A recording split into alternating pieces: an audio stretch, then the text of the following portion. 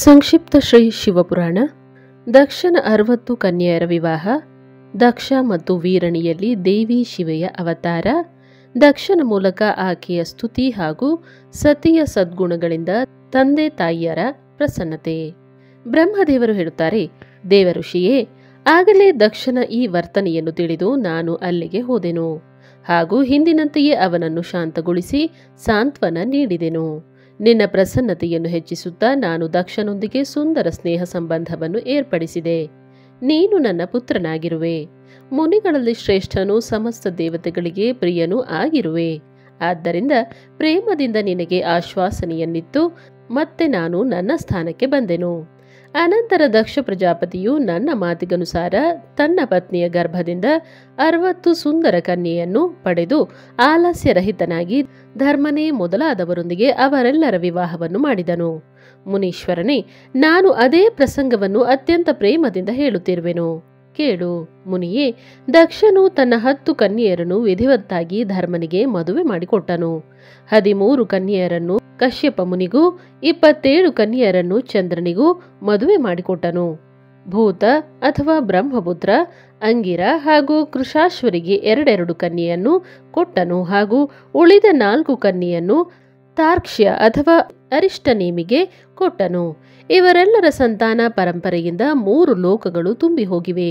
ಅದಕ್ಕಾಗಿ ವಿಸ್ತಾರದ ಭಯದಿಂದ ಅದರ ವರ್ಣನೆ ಮಾಡಲಾಗುವುದಿಲ್ಲ. ಕೆಲವರು ಶಿವೆ ಅಥವಾ ಸತಿಯನ್ನು ದಕ್ಷನ ಜ್ಯೇಷ್ಠ ಪುತ್ರಿ ಎಂದು ಹೇಳುತ್ತಾರೆ. ಕೆಲವರು ಆಕೆಯನ್ನು ನಡುವಿನವಳೆಂದು ಹೇಳುತ್ತಾರೆ. ಇನ್ನು ಕೆಲವರು ಎಲ್ಲರಿಗಿಂತ ಸಣ್ಣವಳೆಂದು ಹೇಳುತ್ತಾರೆ. ಕಲ್ಪ ಭೇದದಿಂದ ಈ 3 ಮತಗಳೂ ಸರಿಯೇ. ಪುತ್ರರು ಮತ್ತು ಪುತ್ರಿಯರ ಉತ್ಪತ್ತಿಯ ಬಳಿಕ ದಕ್ಷ ಪ್ರಜಾಪತಿಯು ಪತ್ನಿ ಸಹಿತನಾಗಿ ತುಂಬು ಪ್ರೇಮದಿಂದ ಜಗದಂಬಿಕೆಯನ್ನು ಧ್ಯಾನಿಸಿದನು. ಜೊತೆಗೆ ಗದ್ಗದ ವಾಣಿಯಿಂದ ಪ್ರೇಮಪೂರ್ವಕ ಆಕೆಯನ್ನು ಸ್ತುತಿಸಿದನು. ಪದೇ ಪದೇ ಅಂಜಲಿಬದ್ಧನಾಗಿ ನಮಸ್ಕರಿಸುತ್ತಾ ಅವನು ವಿನೀತ ಭಾವದಿಂದ ದೇವಿಗೆ ತಲೆಯನ್ನು ಬಾಗುತ್ತಿದ್ದನು. ಇದರಿಂದ ದೇವಿ ಶಿವೆಯು ಸಂತುಷ್ಟಳಾಗಿದ್ದಳು. ತನ್ನ ಪ್ರತಿಜ್ಞೆಯ ಪೂರ್ತಿಗಾಗಿ ಈಗ ನಾನು ವೀರಣಿಯ ಗರ್ಭದಿಂದ ಅವತರಿಸುವೆನು ಎಂದು ಮನಸ್ಸಿನಲ್ಲಿ ಯೋಚಿಸಿದಳು. ಹೀಗೆ ವಿಚಾರ ಮಾಡಿ ಆ ಜಗದಂಬೆಯು ದಕ್ಷನ ಹೃದಯದಲ್ಲಿ ವಾಸಿಸಿದಳು. ಮುನಿಶ್ರೇಷ್ಠನೇ, ಆಗ ದಕ್ಷನು ಅತ್ಯಂತ ಶೋಭಿಸುತ್ತಿದ್ದನು.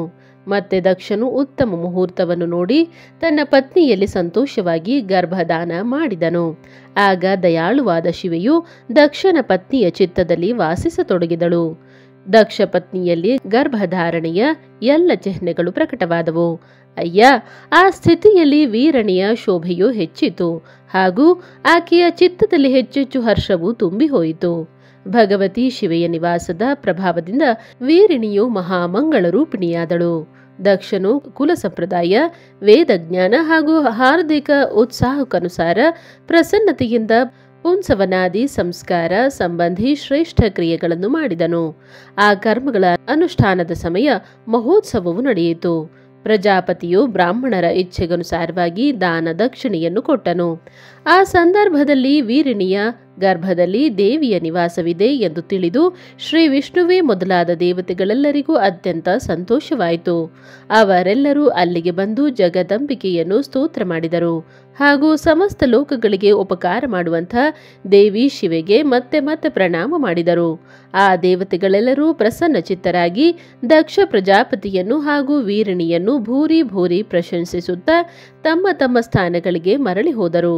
ನಾರದನೇ, 9 ತಿಂಗಳುಗಳು ಕಳೆದಾಗ ಲೌಕಿಕ ಗತಿಯನ್ನು ನಿರ್ವಹಿಸಿ 10ನೆಯ ತಿಂಗಳು ಪೂರ್ಣವಾದಾಗ ಚಂದ್ರನೇ ಮೊದಲಾದ ಗ್ರಹರು ಹಾಗೂ ತಾರಾನುಕೂಲತೆಯಿಂದ ಕೂಡಿದ ಶುಭ ಮುಹೂರ್ತದಲ್ಲಿ ದೇವಿ ಶಿವೆಯು ಬೇಗನೆ ತನ್ನ ತಾಯಿಯ ಎದುರಿಗೆ ಪ್ರಕಟಳಾದಳು. ಆಕೆಯು ಅವತರಿಸುತ್ತಲೇ ದಕ್ಷ ಪ್ರಜಾಪತಿಗೆ ಬಹಳ ಸಂತೋಷವಾಯಿತು ಮತ್ತು ಮಹಾನ್ ತೇಜದಿಂದ ದೇವೀಪ್ಯಮಾನಳಾದ ಆಕೆಯನ್ನು ನೋಡಿ ಸಾಕ್ಷಾತ್ ಆ ದೇವಿಯೇ ನನ್ನ ಪುತ್ರಿಯಾಗಿ ಪ್ರಕಟಳಾಗಿರುವಳು ಎಂಬ ವಿಶ್ವಾಸ ಮನಸ್ಸಿನಲ್ಲಿ ಉಂಟಾಯಿತು. ಆಗ ಆಕಾಶದಿಂದ ಹೂವಿನ ಮಳೆ ಸುರಿಯಿತು. ಮೇಘಗಳು ನೀರನ್ನು ಸುರಿಸಿದವು.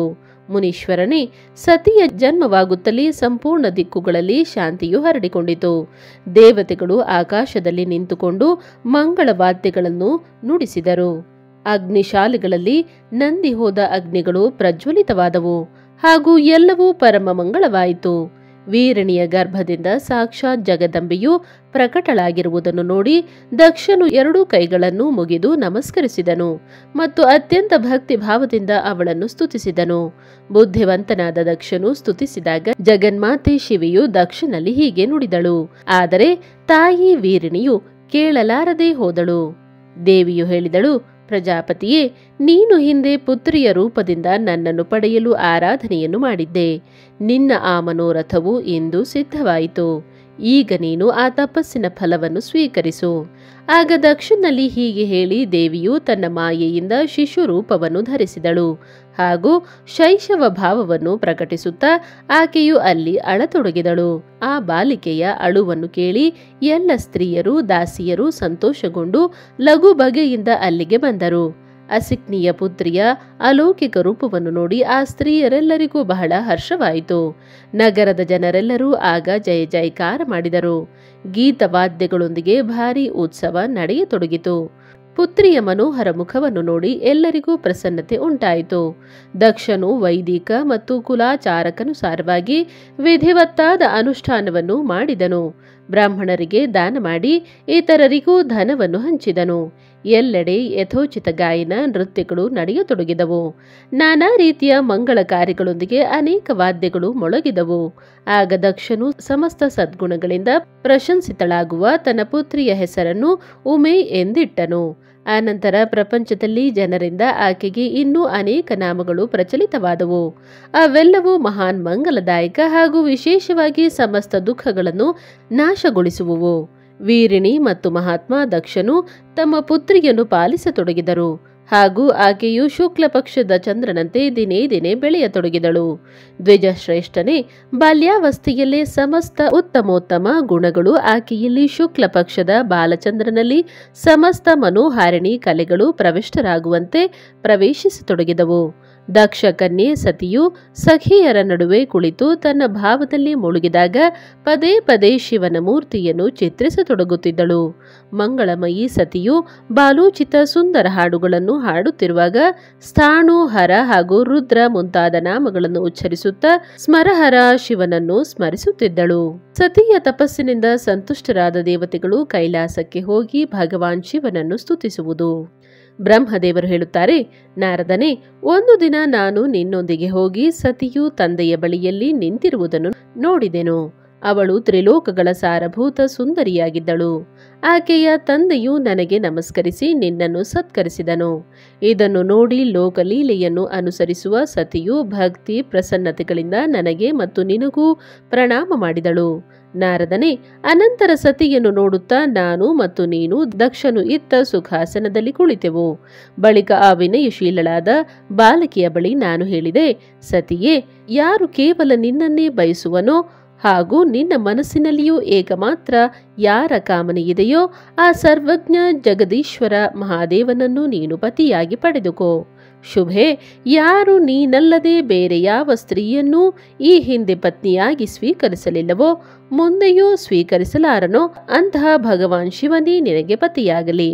ಅವನು ನಿನಗೆ ಯೋಗ್ಯನಾಗಿರುವನು, ಬೇರೆಯವರಿಗಲ್ಲ. ನಾರದನೇ, ಸತಿಯ ಬಳಿ ನಾನು ಹೀಗೆ ಹೇಳಿ ದಕ್ಷನ ಮನೆಯಲ್ಲಿ ಬಹಳ ಹೊತ್ತು ತಂಗಿದ್ದೆ. ಮತ್ತೆ ಆಕೆಯಿಂದ ಬೀಳ್ಕೊಂಡು ನಾನು ಮತ್ತು ನೀನು ತಮ್ಮ ತಮ್ಮ ಸ್ಥಾನಗಳಿಗೆ ಹೊರಟು ಹೋದೆವು. ನನ್ನ ಮಾತನ್ನು ಕೇಳಿ ದಕ್ಷನಿಗೆ ಬಹಳ ಸಂತೋಷವಾಯಿತು. ಅವನ ಮಾನಸಿಕ ಚಿಂತೆಗಳೆಲ್ಲ ದೂರವಾದವು. ಅವನು ತನ್ನ ಪುತ್ರಿಯನ್ನು ಪರಮೇಶ್ವರಿ ಎಂದು ತಿಳಿದು ತೊಡೆಯಲ್ಲಿ ಕುಳ್ಳಿರಿಸಿಕೊಂಡನು. ಹೀಗೆ ಬಾಲೋಚಿತ ಸುಂದರ ಲೀಲಾ ವಿಹಾರಗಳಿಂದ ಸುಶೋಭಿತಳಾಗುತ್ತಾ ಸ್ವೇಚ್ಛೆಯಿಂದ ಮಾನವ ರೂಪವನ್ನು ಧರಿಸಿ ಪ್ರಕಟಳಾದ ಭಕ್ತವತ್ಸಲೆ ಸತಿಯು ಕೌಮಾರಾವಸ್ಥೆಯನ್ನು ದಾಟಿದಳು. ಬಾಲ್ಯಾವಸ್ಥೆಯನ್ನು ಕಳೆದು ಕೊಂಚ ಯುವಾವಸ್ಥೆಯನ್ನು ಪಡೆದಿರುವ ಸತಿಯು ಅತ್ಯಂತ ತೇಜ ಹಾಗೂ ಶೋಭೆಗಳಿಂದ ಸಂಪನ್ನಳಾಗಿ ಸಂಪೂರ್ಣ ಅಂಗಾಂಗಗಳಿಂದ ಮನೋಹರವಾಗಿ ಕಂಡುಬರತೊಡಗಿದಳು. ಲೋಕೇಶನಾದ ದಕ್ಷನು ಸತಿಯ ಶರೀರದಲ್ಲಿ ಯುವಾವಸ್ಥೆಯ ಲಕ್ಷಣಗಳು ಪ್ರಕಟವಾಗುತ್ತಿರುವುದನ್ನು ನೋಡಿದನು. ಆಗ ನಾನು ಮಹಾದೇವನೊಂದಿಗೆ ಈಕೆಯ ವಿವಾಹವನ್ನು ಹೇಗೆ ಮಾಡಲಿ ಎಂದು ಅವನ ಮನಸ್ಸಿನಲ್ಲಿ ಚಿಂತೆಯುಂಟಾಯಿತು. ಸತಿಯೂ ಕೂಡ ಮಹಾದೇವನನ್ನು ಪಡೆಯಲು ಪ್ರತಿದಿನವೂ ಆಸೆ ಪಡುತ್ತಿದ್ದಳು. ಆದ್ದರಿಂದ ತಂದೆಯ ಮನೋಭಾವವನ್ನು ತಿಳಿದು ಅವಳು ತಾಯಿಯ ಬಳಿಗೆ ಹೋದಳು. ವಿಶಾಲ ಬುದ್ಧಿಯುಳ್ಳ ಸತಿ ರೂಪಿಣಿ ಪರಮೇಶ್ವರಿ ಶಿವೆಯು ತನ್ನ ತಾಯಿ ವೀರಣಿಯಲ್ಲಿ ಭಗವಾನ್ ಶಂಕರನ ಪ್ರಸನ್ನತೆಗಾಗಿ ತಪಸ್ಸನ್ನಾಚರಿಸಲು ಆಜ್ಞೆಯನ್ನು ಕೇಳಿದಳು. ತಾಯಿಯ ಅಪ್ಪಣೆ ದೊರೆಯಿತು. ಆದ್ದರಿಂದ ದೃಢವಾಗಿ ವ್ರತವನ್ನು ಪಾಲಿಸುವ ಸತಿಯು ಮಹೇಶ್ವರನನ್ನು ಪತಿಯಾಗಿ ಪಡೆದುಕೊಳ್ಳುವುದಕ್ಕಾಗಿ ತನ್ನ ಮನೆಯಲ್ಲಿ ಅವನ ಆರಾಧನೆಯನ್ನು ಪ್ರಾರಂಭಿಸಿದಳು.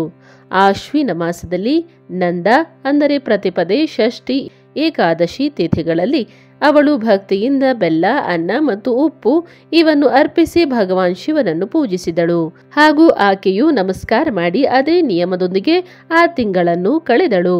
ಕಾರ್ತಿಕ ಮಾಸದ ಚತುರ್ದಶಿಗೆ ಸಿದ್ಧಗೊಳಿಸಿಟ್ಟ ಅಪೂಪ ಅಂದರೆ ಕಜ್ಜಾಯ ಮತ್ತು ಪಾಯಸಗಳಿಂದ ಪರಮೇಶ್ವರ ಶಿವನ ಆರಾಧನೆಯನ್ನು ಮಾಡಿ ಅವಳು ನಿರಂತರವಾಗಿ ಅವನನ್ನೇ ಚಿಂತಿಸತೊಡಗಿದಳು.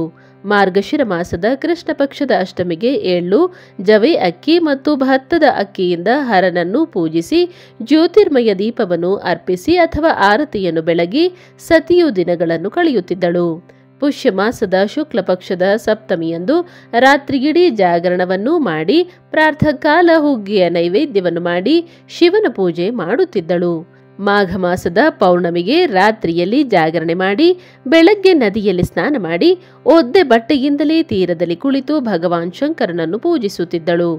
ಫಾಲ್ಗುಣ ಮಾಸದ ಕೃಷ್ಣ ಚತುರ್ದಶಿ ತಿಥಿಯಂದು ರಾತ್ರಿ ಜಾಗರಣೆ ಮಾಡಿ ಆ ರಾತ್ರಿಯ 4 ಪ್ರಹರಗಳಲ್ಲಿ ಶಿವನನ್ನು ವಿಶೇಷವಾಗಿ ಪೂಜಿಸಿ ನಟರಿಂದ ನಾಟಕವನ್ನು ಆಡಿಸುತ್ತಿದ್ದಳು.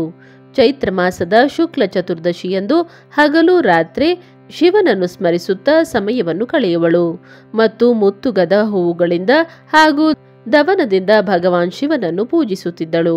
ವೈಶಾಖ ಶುಕ್ಲ ತೃತೀಯೆಗೆ ಸತಿಯು ತಿಲದ ಆಹಾರವನ್ನು ಸೇವಿಸಿ ಇರುತ್ತಿದ್ದಳು ಮತ್ತು ಹೊಸ ಜವೆ ಅಕ್ಕಿಯ ಅನ್ನದಿಂದ ರುದ್ರದೇವರ ಪೂಜೆ ಮಾಡಿ ಆ ತಿಂಗಳನ್ನು ಕಳೆಯುತ್ತಿದ್ದಳು.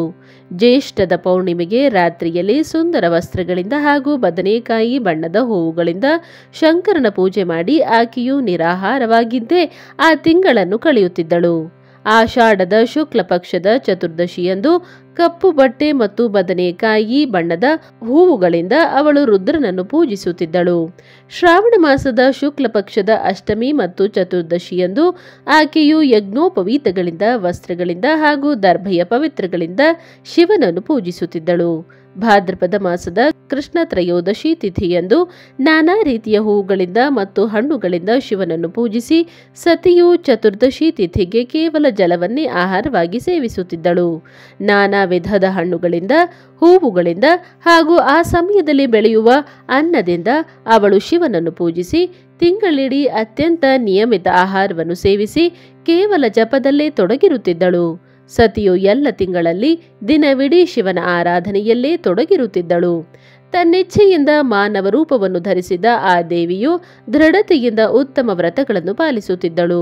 ಹೀಗೆ ನಂದಾವ್ರತವನ್ನು ಪೂರ್ಣ ರೂಪದಿಂದ ಸಮಾಪ್ತಿಗೊಳಿಸಿ ಭಗವಾನ್ ಶಿವನಲ್ಲಿ ಅನನ್ಯ ಭಾವವುಳ್ಳ ಸತಿಯು ಏಕಾಗ್ರ ಚಿತ್ತಳಾಗಿ ಅತ್ಯಂತ ಭಕ್ತಿಯಿಂದ ಭಗವಾನ್ ಶಿವನನ್ನು ಧ್ಯಾನಿಸತೊಡಗಿದಳು ಹಾಗೂ ಆ ಧ್ಯಾನದಲ್ಲಿ ನಿಶ್ಚಲ ಭಾವದಿಂದ ಸ್ಥಿತಳಾದಳು. ಮುನಿಯೇ, ಇದೇ ಸಮಯದಲ್ಲಿ ಎಲ್ಲ ದೇವತೆಗಳು, ಋಷಿಗಳು ಭಗವಾನ್ ವಿಷ್ಣುವನ್ನು ಹಾಗೂ ನನ್ನನ್ನು ಮುಂದು ಮಾಡಿಕೊಂಡು ಸತಿಯ ತಪಸ್ಸನ್ನು ನೋಡಲಿಕ್ಕಾಗಿ ಹೋದರು. ಅಲ್ಲಿಗೆ ಹೋಗಿ ದೇವತೆಗಳು ನೋಡಿದರು. ಸತಿಯು ಮೂರ್ತಿಮಂತ ಇನ್ನೊಂದು ಸಿದ್ಧಿಯಂತೆ ಕಂಡು ಬರುತ್ತಿದ್ದಳು. ಅವಳು ಭಗವಾನ್ ಶಿವನ ಧ್ಯಾನದಲ್ಲಿ ನಿಮಗ್ನಳಾಗಿ ಆಗ ಸಿದ್ಧಾವಸ್ಥೆಯನ್ನು ತಲುಪಿದ್ದಳು. ಸಮಸ್ತ ದೇವತೆಗಳು ಬಹಳ ಸಂತೋಷದಿಂದ 2 ಕೈಗಳನ್ನು ಜೋಡಿಸಿ ಸತಿಗೆ ನಮಸ್ಕರಿಸಿದರು. ಮುನಿಗಳೂ ಕೂಡ ತಲೆಯನ್ನು ತಗ್ಗಿಸಿದರು. ಶ್ರೀಹರಿಯೇ ಮೊದಲಾದವರ ಮನಸ್ಸಿನಲ್ಲಿ ಪ್ರೀತಿಯು ಉಕ್ಕಿ ಹರಿಯಿತು. ಶ್ರೀ ವಿಷ್ಣುವೇ ಮೊದಲಾದ ದೇವತೆಗಳೆಲ್ಲರೂ ಮುನಿಗಳು ಆಶ್ಚರ್ಯಚಕಿತರಾಗಿ ಸತೀ ದೇವಿಯ ತಪಸ್ಸನ್ನು ಭೂರಿ ಭೂರಿ ಪ್ರಶಂಸಿಸತೊಡಗಿದರು. ಮತ್ತೆ ದೇವಿಯನ್ನು ನಮಸ್ಕರಿಸಿ ಆ ದೇವತೆಗಳು ಮತ್ತು ಮುನಿಗಳು ತತ್ಕ್ಷಣವೇ ಭಗವಾನ್ ಶಿವನಿಗೆ ಬಹಳ ಪ್ರಿಯವಾದ ಗಿರಿಶ್ರೇಷ್ಠ ಕೈಲಾಸಕ್ಕೆ ಹೋದರು. ಸಾವಿತ್ರಿಯೊಂದಿಗೆ ನಾನು ಮತ್ತು ಲಕ್ಷ್ಮಿಯೊಂದಿಗೆ ಭಗವಾನ್ ವಾಸುದೇವನು ಪ್ರಸನ್ನತೆಯಿಂದ ಮಹಾದೇವನ ಬಳಿಗೆ ಹೋದೆವು. ಅಲ್ಲಿಗೆ ಹೋಗಿ ಭಗವಾನ್ ಶಿವನನ್ನು ನೋಡುತ್ತಲೇ ಲಘು ಬಗೆಯಿಂದ ಪ್ರಣಾಮ ಮಾಡಿ ಎಲ್ಲ ದೇವತೆಗಳು 2 ಕೈಗಳನ್ನು ಮುಗಿದು ವಿನೀತ ಭಾವದಿಂದ ನಾನಾ ರೀತಿಯ ಸ್ತೋತ್ರಗಳಿಂದ ಅವನನ್ನು ಸ್ತುತಿಸಿ ಕೊನೆಗೆ ಇಂತೆಂದರು: ಪ್ರಭೋ, ನಿನ್ನದಾದ ಸತ್ವ, ರಜ ಮತ್ತು ತಮ ಎಂಬ 3 ಶಕ್ತಿಗಳ ರಾಗಾದಿ ವೇಗವು ಅಸಹನೀಯವಾಗಿದೆ. ವೇದತ್ರಯೀ ಅಥವಾ ಲೋಕತ್ರಯೀ ನಿನ್ನದೇ ಸ್ವರೂಪವಾಗಿದೆ. ನೀನು ಶರಣಾಗತರ ಪಾಲಕನಾಗಿರುವೆ. ನಿನ್ನ ಶಕ್ತಿಯು ಅಗಾಧವಾದುದು, ಅದಕ್ಕೆ ಯಾವ ಸೀಮೆಯೇ ಇಲ್ಲ. ಅಂತಹ ನಿನಗೆ ನಮಸ್ಕಾರವು. ದುರ್ಗಾಪತಿಯೇ, ಯಾರ ಇಂದ್ರಿಯಗಳು ದುಷ್ಟವಾಗಿವೆಯೋ, ವಶದಲ್ಲಿಲ್ಲವೋ, ಅವರಿಗಾಗಿ ನಿನ್ನ ಪ್ರಾಪ್ತಿಯ ಯಾವ ಮಾರ್ಗವೂ ಸುಲಭವಲ್ಲ. ನೀನು ಸದಾ ಭಕ್ತರ ಉದ್ಧಾರದಲ್ಲಿ ತತ್ಪರನಾಗಿರುವೆ. ನಿನ್ನ ತೇಜವು ಅಡಗಿರುವುದು. ಅಂತಹ ನಿನಗೆ ನಮಸ್ಕಾರವು. ನಿನ್ನ ಮಾಯಾಶಕ್ತಿಯಾದ ಅಹಂಬುದ್ಧಿಯಿಂದ ಆತ್ಮನ ಸ್ವರೂಪವು ಮುಚ್ಚಿ ಹೋಗಿದೆ. ಆದ್ದರಿಂದ ಈ ಮೂಢ ಬುದ್ಧಿಜೀವಿಯು ತನ್ನ ಸ್ವರೂಪವನ್ನು ತಿಳಿಯಲಾರನು. ನಿನ್ನ ಮಹಿಮೆಯ ಅಂತ್ಯವನ್ನು ತಿಳಿಯುವುದು ಅತ್ಯಂತ ಕಠಿಣ, ಅಂದರೆ ಸರ್ವಥಾ ಅಸಂಭವವಾಗಿದೆ. ಮಹಾಪ್ರಭುವಾದ ನಿನಗೆ ನಾವು ನಮಸ್ಕರಿಸುತ್ತೇವೆ. ಬ್ರಹ್ಮದೇವರು ಹೇಳುತ್ತಾರೆ, ನಾರದನೇ, ಹೀಗೆ ಮಹಾದೇವನನ್ನು ಸ್ತುತಿಸಿ ಶ್ರೀ ವಿಷ್ಣುವೇ ಮೊದಲಾದ ದೇವತೆಗಳೆಲ್ಲರೂ ಉತ್ತಮ ಭಕ್ತಿಯಿಂದ ತಲೆಯನ್ನು ಬಾಗಿ ಪ್ರಭು ಶಿವನ ಮುಂದೆ ಮೌನವಾಗಿ ನಿಂತುಕೊಂಡರು. ರುದ್ರನಲ್ಲಿ ಸತಿಯೊಂದಿಗೆ ವಿವಾಹವಾಗಲು ಬ್ರಹ್ಮದೇವರ ಒತ್ತಾಯ, ಶ್ರೀ ವಿಷ್ಣುವಿನ ಮೂಲಕ ಅನುಮೋದನೆ ಮತ್ತು ಇದಕ್ಕಾಗಿ ಶ್ರೀ ರುದ್ರನ ಸ್ವೀಕೃತಿ. ಬ್ರಹ್ಮದೇವರು ಹೇಳುತ್ತಾರೆ, ಶ್ರೀ ವಿಷ್ಣುವೇ ಮೊದಲಾದವರ ಮೂಲಕ ಮಾಡಿದ ಆ ಸ್ತುತಿಯನ್ನು ಕೇಳಿ ಎಲ್ಲರ ಉತ್ಪತ್ತಿಗೆ ಕಾರಣೀಭೂತನಾದ ಭಗವಾನ್ ಶಂಕರನು ಬಹಳ ಪ್ರಸನ್ನನಾಗಿ ಜೋರಾಗಿ ನಗತೊಡಗಿದನು. ಬ್ರಹ್ಮನಾದ ನಾನು ಮತ್ತು ವಿಷ್ಣುವು ತಮ್ಮ ತಮ್ಮ ಪತ್ನಿಯರೊಂದಿಗೆ ಬಂದಿರುವುದನ್ನು ನೋಡಿ ಮಹಾದೇವನು ನಮ್ಮೊಂದಿಗೆ ಯಥೋಚಿತ ವಾರ್ತಾಲಾಪವನ್ನು ಮಾಡಿದನು ಹಾಗೂ ಆಗಮನದ ಕಾರಣವನ್ನು ಕೇಳಿದನು. ರುದ್ರನು ಹೇಳುತ್ತಾರೆ, ಎಲೈ ಹರಿಯೇ, ವಿಧಿಯೇ ಹಾಗೂ ಎಲೈ ದೇವತೆಗಳಿರ, ಮಹರ್ಷಿಗಳಿರ, ನಿರ್ಭಯರಾಗಿ ಇಂದು ಇಲ್ಲಿಗೆ ತಾವುಗಳು ಬಂದಿರುವ ಸರಿಯಾದ ಕಾರಣವನ್ನು ತಿಳಿಸಿರಿ. ನೀವೆಲ್ಲ ಯಾತಕ್ಕಾಗಿ ಇಲ್ಲಿಗೆ ಬಂದಿರುವಿರಿ? ಯಾವ ಕಾರ್ಯವು ಇದಿರಾಯಿತು? ಅದೆಲ್ಲವನ್ನು ಕೇಳಲು ನಾನು ಬಯಸುವೆನು. ಏಕೆಂದರೆ ನೀವು ಮಾಡಿದ ಸ್ತುತಿಯಿಂದ ನನ್ನ ಮನಸ್ಸು ಬಹಳ ಸಂತೋಷಗೊಂಡಿದೆ. ಮುನಿಯೇ, ಮಹಾದೇವನು ಹೀಗೆ ಕೇಳಿದಾಗ ಭಗವಾನ್ ವಿಷ್ಣುವಿನ ಆಜ್ಞೆಯಿಂದ ನಾನು ಮಾತನಾಡಲು ಪ್ರಾರಂಭ ಮಾಡಿದೆನು. ಬ್ರಹ್ಮನಾದ ನಾನು ಹೇಳಿದೆ, ದೇವದೇವ, ಮಹಾದೇವನೇ, ಕರುಣಾಸಾಗರ ಪ್ರಭೋ, ನಾವಿಬ್ಬರೂ ಈ ದೇವತೆಗಳ ಋಷಿಗಳ ಸಂಗಡ ಯಾವ ಉದ್ದೇಶದಿಂದ ಬಂದಿರುವೆವೋ ಅದನ್ನು ಕೇಳು. ಋಷಭಧ್ವಜನೇ, ವಿಶೇಷವಾಗಿ ನಿನಗಾಗಿಯೇ ನಾವು ಇಲ್ಲಿಗೆ ಬಂದಿರುವೆವು. ಏಕೆಂದರೆ ನಾವು ಮೂವರೂ ಒಂದೇ ಆಗಿದ್ದೇವೆ. ಸೃಷ್ಟಿ ಚಕ್ರದ ಸಂಚಾಲನ ರೂಪಿ ಪ್ರಯೋಜನದ ಸಿದ್ಧಿಗಾಗಿ ಒಬ್ಬರು ಮತ್ತೊಬ್ಬರ ಸಹಾಯಕರಾಗಿದ್ದೇವೆ. ಸಹಾರ್ಥಿಗೆ ಸದಾ ಪರಸ್ಪರ ಯಥಾಯೋಗ್ಯ ಸಹಯೋಗ ಮಾಡಬೇಕು. ಇಲ್ಲದಿದ್ದರೆ ಈ ಜಗತ್ತು ಉಳಿಯಲಾರದು. ಮಹೇಶ್ವರನೇ, ಕೆಲವು ಇಂತಹ ಅಸುರರು ಉತ್ಪನ್ನರಾಗಿ ನನ್ನ ಕೈಯಿಂದ ಹತರಾಗುವರು.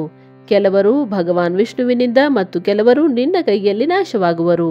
ಮಹಾಪ್ರಭೋ, ಕೆಲವು ಅಸುರರು ನಿನ್ನ ವೀರ್ಯದಿಂದ ಉತ್ಪನ್ನವಾದ ಪುತ್ರನಿಂದ ಹತರಾಗುವರು. ಪ್ರಭೋ, ಎಂದಾದರೂ ಮಾಯೆಯ ಕೈಯಿಂದ ಹತರಾಗುವ ಅಸುರರು ಉಂಟಾಗುವರು. ಭಗವಾನ್ ಶಂಕರನಾದ ನಿನ್ನ ಕೃಪೆಯಿಂದಲೇ ದೇವತೆಗಳಿಗೆ ಉತ್ತಮ ಸುಖವು ಪ್ರಾಪ್ತವಾಗುವುದು. ಘೋರ ಅಸುರರನ್ನು ವಿನಾಶಗೊಳಿಸಿ ನೀನು ಜಗತ್ತಿಗೆ ಸದಾ ಸ್ವಾಸ್ಥ್ಯವನ್ನು ಅಭಯವನ್ನು ಕೊಡುವೆ. ಅಥವಾ ನಿನ್ನ ಕೈಯಿಂದ ಯಾವನಾದರೂ ಅಸುರನು ಸಾಯದೇ ಇರುವ ಸಂಭವವೂ ಇದೆ. ಏಕೆಂದರೆ ನೀನು ಸದಾ ಯೋಗ ಮುಕ್ತನಾಗಿದ್ದು ರಾಗ ದ್ವೇಷದಿಂದ ರಹಿತನಾಗಿರುವೆ ಹಾಗೂ ಏಕಮಾತ್ರ ದಯೆ ಮಾಡುವುದರಲ್ಲೇ ತೊಡಗಿರುವೆ. ಈಶನೇ, ಆ ಅಸುರರೂ ಕೂಡ ಆರಾಧಿತರಾದರೆ ನಿನ್ನ ದಯೆಯಿಂದ ಅನುಗೃಹೀತರಾಗಿದ್ದರೆ ಸೃಷ್ಟಿ ಮತ್ತು ಪಾಲನೆಯ ಕಾರ್ಯವು ಹೇಗೆ ನಡೆಯಬಲ್ಲದು? ಆದ್ದರಿಂದ ವೃಷಭಧ್ವಜನೇ, ನೀನು ಪ್ರತಿದಿನವೂ ಸೃಷ್ಟಿಯೇ ಮೊದಲಾದ ಮೇಲೆ ಹೇಳಿದ ಕಾರ್ಯವನ್ನು ಮಾಡಲು ಉದ್ಯತನಾಗಿರಬೇಕು. ಸೃಷ್ಟಿ, ಪಾಲನೆ ಮತ್ತು ಸಂಹಾರ ರೂಪಿ ಕರ್ಮವು ಮಾಡಲಾಗದಿದ್ದರೆ ನಾವು ಮಾಯೆಯಿಂದ ಧರಿಸಿದ ಭಿನ್ನ ಭಿನ್ನ ಶರೀರಗಳ ಯಾವುದೇ ಉಪಯೋಗ ಅಥವಾ ಔಚಿತ್ಯವೇ ಇರಲಾರದು. ನಿಜವಾಗಿ ನಾವು ಮೂವರೂ ಒಂದೇ ಆಗಿರುವೆವು. ಕಾರ್ಯದ ಭೇದದಿಂದ ಬೇರೆ ಬೇರೆ ದೇಹಗಳನ್ನು ಧರಿಸಿ ಸ್ಥಿತರಾಗಿದ್ದೇವೆ. ಕಾರ್ಯಭೇದವು ಸಿದ್ಧವಾಗದಿದ್ದಾಗ ನಮ್ಮ ರೂಪಭೇದದ ಯಾವುದೇ ಪ್ರಯೋಜನವೂ ಇಲ್ಲ. ದೇವ, ಒಂದೇ ಪರಮಾತ್ಮ ಮಹೇಶ್ವರನು 3 ರೂಪದಲ್ಲಿ ಅಭಿವ್ಯಕ್ತನಾಗಿದ್ದಾನೆ. ಈ ರೂಪಭೇದದಲ್ಲಿ ಅವನ ಮಾಯೆಯೇ ಕಾರಣವಾಗಿದೆ. ವಾಸ್ತವವಾಗಿ ಪ್ರಭುವು ಸ್ವತಂತ್ರನಾಗಿರುವನು. ಅವನು ಲೀಲೆಯ ಉದ್ದೇಶದಿಂದಲೇ ಈ ಸೃಷ್ಟಿಯಾದಿ ಕಾರ್ಯವನ್ನು ಮಾಡುತ್ತಿರುವನು. ಭಗವಾನ್ ಶ್ರೀಹರಿಯು ಅವನ ಎಡ ಅಂಗದಿಂದ ಪ್ರಕಟನಾಗಿರುವನು. ಬ್ರಹ್ಮನಾದ ನಾನು ಅವನ ಬಲ ಅಂಗದಿಂದ ಪ್ರಕಟನಾಗಿರುವೆನು ಮತ್ತು ರುದ್ರನಾದ ನೀನು ಆ ಸದಾಶಿವನ ಹೃದಯದಿಂದ ಆವಿರ್ಭವಿಸಿರುವೆ. ಆದ್ದರಿಂದ ನೀನೇ ಶಿವನ ಪೂರ್ಣ ರೂಪನಾಗಿರುವೆ. ಪ್ರಭುವೆ, ಹೀಗೆ ಅಭಿನ್ನ ರೂಪವಾಗಿದ್ದರೂ ನಾವು 3 ರೂಪಗಳಲ್ಲಿ ಪ್ರಕಟರಾಗಿರುವೆವು. ಸನಾತನ ದೇವನೇ, ನಾವು ಮೂವರು ಅದೇ ಭಗವಾನ್ ಸದಾಶಿವ ಮತ್ತು ಶಿವೆಯ ಪುತ್ರರಾಗಿದ್ದೇವೆ. ಈ ಯಥಾರ್ಥ ತತ್ವವನ್ನು ನೀನು ಹೃದಯದಲ್ಲಿ ಅನುಭವಿಸು. ಪ್ರಭುವೆ, ನಾನು ಮತ್ತು ಶ್ರೀ ವಿಷ್ಣು ನಿನ್ನ ಆದೇಶದಿಂದ ಪ್ರಸನ್ನತೆಯಿಂದ ಲೋಕದ ಸೃಷ್ಟಿ ಮತ್ತು ಪಾಲನೆಯ ಕಾರ್ಯವನ್ನು ಮಾಡುತ್ತಿದ್ದೇವೆ ಹಾಗೂ ಕಾರ್ಯಕಾರಣವಶರಾಗಿ ಸಪತ್ನೀಕರೂ ಆಗಿದ್ದೇವೆ. ಆದ್ದರಿಂದ ನೀನೂ ಕೂಡ ವಿಶ್ವದ ಹಿತಕ್ಕಾಗಿ ಹಾಗೂ ದೇವತೆಗಳನ್ನು ಸಂತೋಷಪಡಿಸಲು ಓರ್ವ ಪರಮ ಸುಂದರ ರಮಣಿಯನ್ನು ತನ್ನ ಪತ್ನಿಯಾಗಿಸಿಕೊಳ್ಳಲು ಗ್ರಹಣ ಮಾಡು. ಮಹೇಶ್ವರನೇ, ಇನ್ನೊಂದು ಮಾತೂ ಇದೆ, ಕೇಳು. ನನಗೆ ಮೊದಲನ ವೃತ್ತಾಂತವು ಸ್ಮರಣೆಗೆ ಬಂದಿದೆ. ಹಿಂದೆ ನೀನೇ ಶಿವರೂಪದಿಂದ ನಮ್ಮ ಮುಂದೆ ಹೇಳಿದ್ದ ಮಾತನ್ನೇ ಈಗ ತಿಳಿಸುತ್ತಿದ್ದೇನೆ. ಬ್ರಹ್ಮನೇ, ನನ್ನ ಇಂತಹುದೇ ಉತ್ತಮ ರೂಪವು ನಿನ್ನ ಅಂಗವಿಶೇಷ ಲಲಾಟದಿಂದ ಪ್ರಕಟವಾದೀತು. ಅವನು ಲೋಕದಲ್ಲಿ ರುದ್ರನೆಂದು ಪ್ರಸಿದ್ಧಿಯಾಗುವುದು. ಬ್ರಹ್ಮನಾದ ನೀನು ಸೃಷ್ಟಿಕರ್ತನಾದೆ. ಶ್ರೀಹರಿಯು ಜಗತ್ತನ್ನು ಪಾಲಿಸುವವನಾದನು ಮತ್ತು ನಾನು ಸಗುಣ ರುದ್ರ ರೂಪನಾಗಿ ಸಂಹಾರ ಮಾಡುವವನಾಗುವೆನು. ಓರ್ವ ಸ್ತ್ರೀಯಳ ಜೊತೆಗೆ ವಿವಾಹವಾಗಿ ಲೋಕದ ಉತ್ತಮ ಕಾರ್ಯವನ್ನು ಸಿದ್ಧಗೊಳಿಸುವೆನು ಎಂದು ಹೇಳಿರುವೆ. ನೀನು ಹೇಳಿದ ಈ ಮಾತನ್ನು ಜ್ಞಾಪಿಸಿಕೊಂಡು ನೀನು ನಿನ್ನದೇ ಆದ ಹಿಂದಿನ ಪ್ರತಿಜ್ಞೆಯನ್ನು ಪೂರ್ಣಗೊಳಿಸು. ಸ್ವಾಮಿಯೇ, ನಾನು ಸೃಷ್ಟಿ ಮಾಡುವೆನು, ಶ್ರೀಹರಿಯು ಪಾಲನೆ ಮಾಡಲಿ. ನೀನು ಸ್ವತಃ ಸಂಹಾರದ ಕಾರಣನಾಗಿ ಪ್ರಕಟನಾಗುವೆ ಎಂಬುದು ನಿನ್ನ ಆದೇಶವಾಗಿದೆ. ಅದರಲ್ಲಿಯೂ ನೀನು ಸಾಕ್ಷಾತ್ ಶಿವನೇ ಸಂಹಾರಕರ್ತೃನಾಗಿ ಪ್ರಕಟನಾಗಿರುವೆ. ನಿನ್ನನ್ನು ಬಿಟ್ಟು ನಾವಿಬ್ಬರೂ ನಮ್ಮ ನಮ್ಮ ಕಾರ್ಯವನ್ನು ಮಾಡುವುದರಲ್ಲಿ ಸಮರ್ಥರಲ್ಲ. ಆದ್ದರಿಂದ ನೀನು ಲೋಕಹಿತದ ಕಾರ್ಯದಲ್ಲಿ ತತ್ಪರಳಾದ ಓರ್ವ ಕಾಮಿನಿಯನ್ನು ಸ್ವೀಕರಿಸು. ಶಂಭುವೆ, ಲಕ್ಷ್ಮಿಯು ಭಗವಾನ್ ವಿಷ್ಣುವಿನ ಮತ್ತು ಸಾವಿತ್ರಿಯು ನನ್ನ ಧರ್ಮಪತ್ನಿಯಾಗಿರುವಂತೆಯೇ ನೀನು ಈಗ ತನ್ನ ಜೀವನ ಸಹಚರಿಯನ್ನು ಪ್ರಾಣವಲ್ಲಭೆಯನ್ನು ಗ್ರಹಣ ಮಾಡು. ನನ್ನ ಮಾತನ್ನು ಕೇಳಿ ಲೋಕೇಶ್ವರ ಮಹಾದೇವನ ಮುಖದಲ್ಲಿ ಮಂದಹಾಸವು ಮೂಡಿತು. ಅವನು ಶ್ರೀಹರಿಯ ಮುಂದೆ ನನ್ನಲ್ಲಿ ಹೀಗೆ ನುಡಿದನು. ಈಶ್ವರನು ಹೇಳಿದನು, ಬ್ರಹ್ಮನೇ, ಹರಿಯೇ, ನೀವಿಬ್ಬರೂ ನನಗೆ ಸದಾಕಾಲ ಅತ್ಯಂತ ಪ್ರಿಯರಾಗಿರುವಿರಿ. ನಿಮ್ಮಿಬ್ಬರನ್ನು ನೋಡಿ ನನಗೆ ತುಂಬಾ ಆನಂದ ಸಿಗುತ್ತದೆ. ನೀವು ಸಮಸ್ತ ದೇವತೆಗಳಲ್ಲಿ ಶ್ರೇಷ್ಠರು, 3 ಲೋಕದ ಒಡೆಯರೂ ಆಗಿರುವಿರಿ. ಲೋಕಹಿತದ ಕಾರ್ಯದಲ್ಲಿ ಮನಸ್ಸನ್ನು ತೊಡಗಿಸಿರುವ ನಿಮ್ಮಿಬ್ಬರ ವಚನವು ನನ್ನ ದೃಷ್ಟಿಯಲ್ಲಿ ಅತ್ಯಂತ ಗೌರವಪೂರ್ಣವಾಗಿದೆ. ಆದರೆ ಸುರಶ್ರೇಷ್ಠರೇ, ನನಗೆ ವಿವಾಹವಾಗುವುದು ಉಚಿತವಾಗಲಾರದು. ಏಕೆಂದರೆ ನಾನು ತಪಸ್ಸಿನಲ್ಲೇ ತನ್ಮಯನಾಗಿ ಸದಾ ಸಂಸಾರದಿಂದ ವಿರಕ್ತನಾಗಿಯೇ ಇರುತ್ತೇನೆ ಮತ್ತು ಯೋಗಿಯಾಗಿಯೇ ನನ್ನ ಪ್ರಸಿದ್ಧಿ ಇದೆ. ಯಾರು ನಿವೃತ್ತಿಯ ಸುಂದರ ಮಾರ್ಗದಲ್ಲಿ ಸ್ಥಿತನಾಗಿರುವನೋ, ತನ್ನ ಆತ್ಮನಲ್ಲೇ ರಮಿಸುವನೋ, ಆನಂದವನ್ನು ಅನುಭವಿಸುವನೋ, ನಿರಂಜನ ಅಂದರೆ ಮಾಯೆಯಿಂದ ನಿರ್ಲಿಪ್ತನಾಗಿರುವನೋ, ಯಾರ ಶರೀರ ಅವಧೂತ ಅಂದರೆ ದಿಗಂಬರವೋ, ಯಾರು ಜ್ಞಾನಿಯೂ ಆತ್ಮದರ್ಶಿಯೂ ಕಾಮನಾ ಶೂನ್ಯನೂ ಆಗಿರುವನೋ, ಯಾರ ಮನಸ್ಸಿನಲ್ಲಿ ವಿಕಾರಗಳಿಲ್ಲವೋ, ಯಾರು ಭೋಗಗಳಿಂದ ದೂರ ಉಳಿಯುವನೋ, ಯಾರು ಸದಾಕಾಲ ಅಪವಿತ್ರ ಹಾಗೂ ಅಮಂಗಲ ವೇಷಧಾರಿಯೋ, ಅವರಿಗೆ ಜಗತ್ತಿನಲ್ಲಿ ಕಾಮಿನಿಯಿಂದ ಏನು ಪ್ರಯೋಜನ? ಇದನ್ನು ಈಗ ನನಗೆ ಹೇಳಿರಲ್ಲ. ನನಗಾದರೂ ಸದಾ ಕೇವಲ ಯೋಗದಲ್ಲಿ ತೊಡಗಿರುವುದೇ ಆನಂದವಾಗುತ್ತದೆ. ಜ್ಞಾನಹೀನ ಪುರುಷನೇ ಯೋಗವನ್ನು ಬಿಟ್ಟು ಭೋಗಕ್ಕೆ ಹೆಚ್ಚು ಮಹತ್ವವನ್ನು ಕೊಡುವನು. ಜಗತ್ತಿನಲ್ಲಿ ವಿವಾಹವಾಗುವುದು ಬೇರೆಯವರ ಬಂಧನದಲ್ಲಿ ಬಂಧಿಸುವುದಾಗಿದೆ. ಇದನ್ನು ಬಹಳ ದೊಡ್ಡ ಬಂಧನವೆಂದು ತಿಳಿಯಬೇಕು. ಅದಕ್ಕಾಗಿ ನಾನು ಸತ್ಯವಾಗಿ ಹೇಳುತ್ತೇನೆ, ವಿವಾಹಕ್ಕಾಗಿ ನನ್ನ ಮನಸ್ಸಿನಲ್ಲಿ ಸ್ವಲ್ಪವೂ ಅಭಿರುಚಿ ಇಲ್ಲ. ಆತ್ಮನೇ ತನ್ನ ಉತ್ತಮ ಅರ್ಥ ಅಥವಾ ಸ್ವಾರ್ಥವಾಗಿದೆ. ಅದನ್ನು ಚೆನ್ನಾಗಿ ಚಿಂತಿಸಿದ ಕಾರಣ ನನಗೆ ಲೌಕಿಕ ಸ್ವಾರ್ಥದಲ್ಲಿ ಪ್ರವೃತ್ತಿಯೇ ಉಂಟಾಗುವುದಿಲ್ಲ. ಆದರೂ ಜಗತ್ತಿನ ಹಿತಕ್ಕಾಗಿ ನೀನು ಹೇಳಿರುವುದನ್ನು ಮಾಡುವೆನು. ನಿನ್ನ ವಚನವನ್ನು ಗರಿಷ್ಠವೆಂದು ತಿಳಿದು ಅಥವಾ ನಾನೇ ಹೇಳಿದ ಮಾತನ್ನು ಪೂರ್ಣ ಮಾಡಲಿಕ್ಕಾಗಿ ನಾನು ಖಂಡಿತವಾಗಿ ವಿವಾಹವಾಗುವೆನು. ಏಕೆಂದರೆ ನಾನು ಸದಾ ಭಕ್ತರ ವಶದಲ್ಲಿ ಇರುತ್ತೇನೆ. ಆದರೆ ನಾನು ಎಂತಹ ನಾರಿಯನ್ನು ಪ್ರಿಯ ಪತ್ನಿಯಾಗಿಸಿಕೊಳ್ಳುವೆನೋ, ಯಾವ ಷರತ್ತಿನ ಮೇಲೆ ಗ್ರಹಿಸುವೆನೋ ಅದನ್ನು ಕೇಳು. ಹರಿಯೇ, ಬ್ರಹ್ಮನೇ, ನಾನು ಹೇಳುವುದೆಲ್ಲ ಉಚಿತವೇ ಆಗಿದೆ. ಯಾವ ನಾರಿಯೂ ನನ್ನ ತೇಜವನ್ನು ವಿಭಾಗಪೂರ್ವಕವಾಗಿ ಗ್ರಹಣ ಮಾಡಬಲ್ಲಳೋ, ಯೋಗಿನಿಯಾಗಿದ್ದು ಇಚ್ಛಾನುಸಾರ ರೂಪವನ್ನು ಧರಿಸಬಲ್ಲಳೋ, ಅಂಥವಳನ್ನು ಪತ್ನಿಯಾಗಿಸಿಕೊಳ್ಳಲು ನೀವು ಹೇಳಿರಿ. ನಾನು ಯೋಗದಲ್ಲಿ ತತ್ಪರನಾದಾಗ ಆಕೆಯೂ ಯೋಗಿನಿಯಾಗಿರಬೇಕಾದೀತು. ನಾನು ಕಾಮಾಸಕ್ತನಾದಾಗ ಅವಳೂ ಕೂಡ ಕಾಮಿನಿಯಾಗಿಯೇ ನನ್ನ ಬಳಿಯಲ್ಲಿ ಇರಬೇಕಾದೀತು. ವೇದಜ್ಞರಾದ ವಿದ್ವಾಂಸರು ತಿಳಿಸುವ ಅವಿನಾಶಿಯಾದ ಜ್ಯೋತಿಸ್ವರೂಪಿ ಸನಾತನ ಶಿವನನ್ನೇ ನಾನು ಸದಾ ಚಿಂತಿಸುತ್ತೇನೆ ಹಾಗೂ ಚಿಂತಿಸುತ್ತಾ ಇರುವೆನು.